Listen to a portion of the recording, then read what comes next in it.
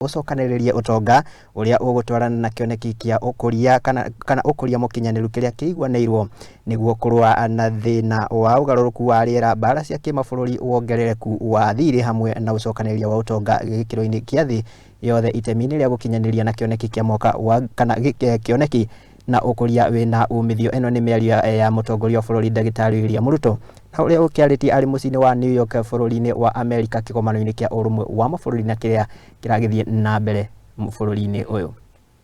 Provides a fundamental basis for heads of state and government, ministers, excellencies, distinguished guests and delegates. I call to order Leaders Dialogue 3 of the High-Level Political Forum on Sustainable Development, convened under the auspices of the General Assembly, the SDG Summit on Game Changers, Applying Science, Technology, Innovation, and Data for Transformative Action. I am delighted to join this dialogue, a critical platform for us to reflect on the fundamental mechanics of transformation and resurgence. Kenya is one of the 6 countries which took part in the global pilot program implemented by the Global Alliance to Science Support, Technology, Innovation and Data for SDG roadmaps.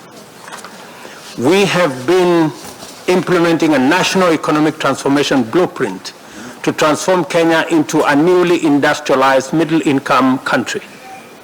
Along the way, fundamental changes emerged, which unleashed new opportunities, disruptive threats, and complex risks, forcing us to reimagine our development paradigm.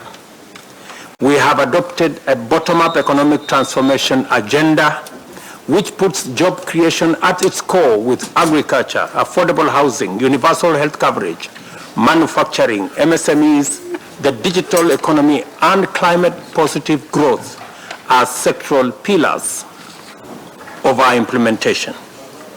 This has unleashed our